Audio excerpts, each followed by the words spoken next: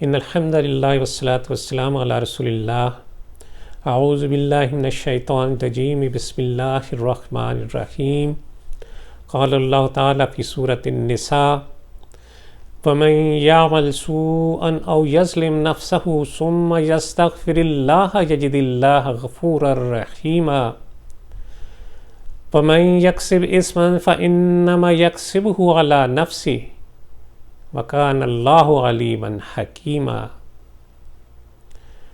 اگر کوئی شخص برا فعل کر گزرے یا اپنے نفس پر ظلم کر جائے اور اس کے بعد اللہ سے درگزر کی درخواست کرے تو اللہ کو درگزر کرنے والا اور بہت رحیم پائے گا۔ رفقائے گرامی، انسان خطاؤں کا نسیان کا پتلا ہے۔ اس سے گناہ کا سرزد ہو جانا کوئی انہونی بات نہیں۔ بسا اوقات انسان دانستگی میں یا نادانستگی میں غلطی کر بیٹھتا ہے۔ جو ہی غلطی کا احساس ہو فوراً اپنے رب رحیم کی بارگاہ میں حاضر ہو کر اپنے قصور کا اعتراف کرے، اس پر صدق دل سے ندامت کا، شرمندگی کا اظہار کرے اور پختہ وعدہ کرے کہ آئندہ وہ ایسے گناہ میں کبھی ملوث نہ ہوگا۔ اللہ تعالیٰ ایسے شخص کو اپنے دامن رحمت میں پناہ دے گا اور اس کے گناہوں کو بخش دے گا۔ اسلامی شریعت بہت کشادہ دل ہے، کمزوروں کے بارے میں، گناہگاروں کے بارے میں بہت فیاض ہے۔ وہ گناہ کے مرتکب افراد کو راندہ درگاہ نہیں بنا دیتی، ان پر اللہ کی رحمت کے دروازے بند نہیں کر دیتی، بلکہ انہیں توبہ اور استغفار کے ذریعے اصلاح کا موقع دیتی ہے تاکہ ان کا شمار بھی متقین میں ہونے لگ جائے۔ ناظرین کرام، اہل ایمان گناہ کے کاموں کو متواتر کرتے نہیں چلے جاتے، پھر گناہ کا تسلسل ان کے ذہن سے گناہ کا تصور بھی زائل کرنا شروع کر دیتا ہے۔ یاد رکھیے، توبہ استغفار سے کبیرہ گناہ بھی معاف کر دیے جاتے ہیں، لیکن صغیرہ گناہوں کا تسلسل انہیں کبیرہ گناہوں میں بدل دیتا ہے۔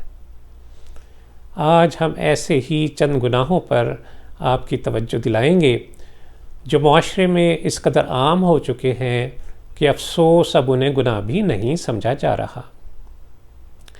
ان میں بہت عام گناہ گانا بجانا، موسیقی کا سننا ہے۔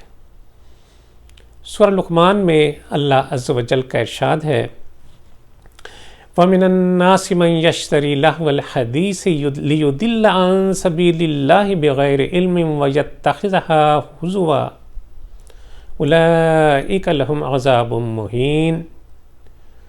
اور انسانوں ہی میں سے کوئی ایسا بھی ہے جو کلام دل فریب خرید کر لاتا ہے تاکہ لوگوں کو اللہ کے راستے سے علم کے بغیر بھٹکا دے اور اللہ کے راستے کی دعوت کو مذاق میں اڑا دے۔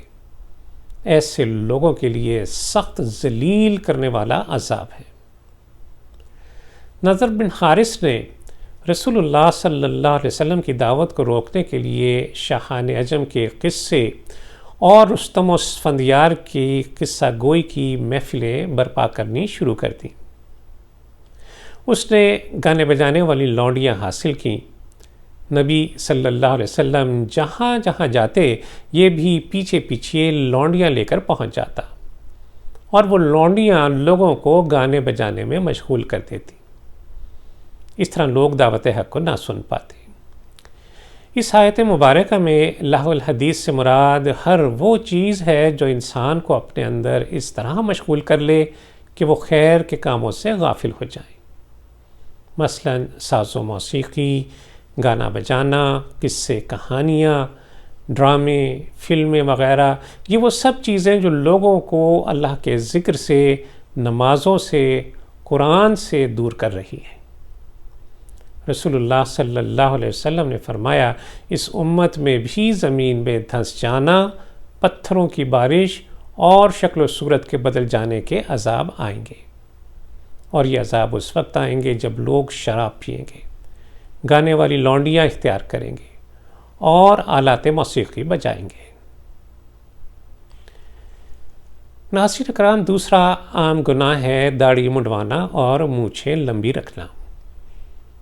ہمارے دین میں خصائل و عادات اور اخلاق میں کفار کی مشابہت کرنا حرام قرار دیا گیا ہے۔ عبداللہ ابن عمر رضی اللہ تعالیٰ عنہما سے روایت ہے، رسول اللہ صلی اللہ علیہ وسلم نے فرمایا، مشرکوں کی مخالفت کرو، داڑھی کو بڑھاؤ اور مونچھوں کو کٹواؤ۔ افسوس ہم اس کے برعکس کرتے ہیں، اور یہ گناہ روزانہ صبح کا ایک معمول بن کر رہ گیا ہے۔ اسی طرح لباس میں، بول چال میں، کھانے پینے میں فخریہ طور پر کفار کی مشابہت اختیار کرنا بھی اچھی طرح سمجھ لیجئے کہ حرام ہے۔ عبداللہ ابن عمر رضی اللہ تعالیٰ عنہ سے روایت ہے، رسول اللہ صلی اللہ علیہ وسلم نے فرمایا کہ جو جس قوم کی مشابہت اختیار کرتا ہے وہ پھر انہی میں سے ہے۔ اسی طرح سگریٹ نوشی کا استعمال، دیگر منشیات کا استعمال، یہ سب حرام ہے۔ یہ بات بالکل طے ہے کہ سگریٹ نوشی پھیپھڑوں کے کینسر کو، دل کے امراض کو اور کئی ایک دیگر امراض کا سبب ہے، اس لیے یہ حرام ہے۔ سورہ نساء میں فرمایا کہ وَلَا تَقْتُلُوا أَنفُسَكُمْ، اور اپنے تئیں اپنی جانوں کو ہلاک نہ کرو۔ اسی طرح سورہ بقرہ میں فرمایا کہ وَلَا تُلْقُوا بِأَيْدِيكُمْ إِلَى التَّهْلُكَةِ، اور اپنے ہاتھوں اپنے آپ کو ہلاکت میں نہ ڈال لو۔ اسی طرح کالا خضاب لگانے سے بھی منع فرمایا گیا ہے، یہ اپنے آپ کو دھوکے سے جوان ظاہر کرنے کی ایک کوشش ہے۔ جابر رضی اللہ تعالیٰ عنہ سے روایت ہے کہ فتح مکہ کے دن ابو قحافہ آئے اور ان کا سر اور داڑھی سفید تھی۔ رسول اللہ صلی اللہ علیہ وسلم نے فرمایا، اس کی سفیدی کو بدل دو اور کالے سے بچو۔ جریر بن عبداللہ رضی اللہ تعالیٰ عنہ سے روایت ہے، رسول اللہ صلی اللہ علیہ وسلم نے فرمایا کہ جو شخص اسلام میں کسی غلط کام کو رائج کرتا ہے تو اس کام کا گناہ اور ان لوگوں کا گناہ جو اس کے بعد اس پر عمل کرتے ہیں، سب کا سب اسی شخص پر ہے۔ یعنی برے کام کرنے والے بھی اس کا خمیازہ بھگتیں گے، اور جس نے ابتدا کی، جس نے رائج کیا، اس پر بھی ان سب کے برے اعمال کا گناہ جو ہے وہ آ پڑے گا۔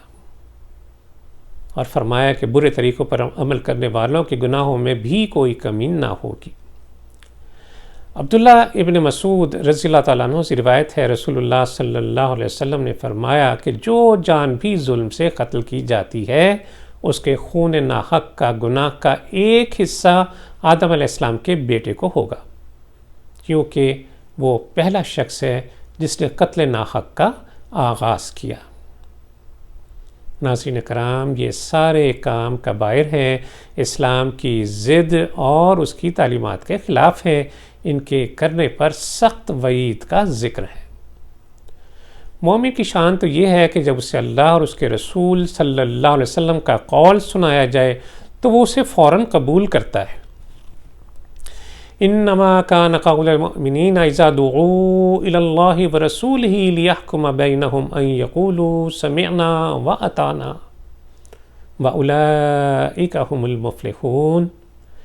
بے شک مسلمانوں کا تو مقام یہ ہے کہ جب انہیں اللہ اور اس کے رسول کے فیصلے کی طرف بلایا جاتا ہے تو وہ صرف یہ کہتے ہیں، ہم نے سنا اور ہم نے اطاعت کی۔